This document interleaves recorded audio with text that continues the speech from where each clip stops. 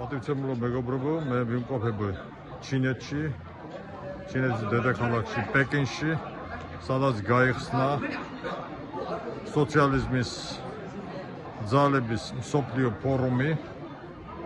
ეს არის რიგით მე-15 ფორუმი, რომელსაც მასპინძლობს ჩინეთის დედაქალაქი.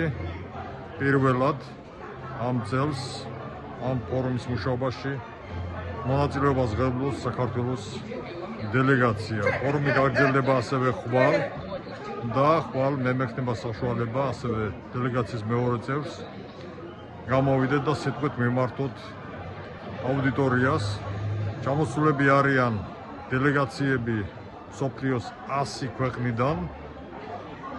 ფორუმი ძალიან მაღალი დონისაა, რომელსაც ესწრება ჩინეთის კომუნისტური პარტიის საერთაშორისო განყოფილების ხელმძღვანელობა და მთავარი ორგანიზატორი ამ ფორუმისა არის ჩინეთის საზოგადოებრივ მეცნიერებათა აკადემია.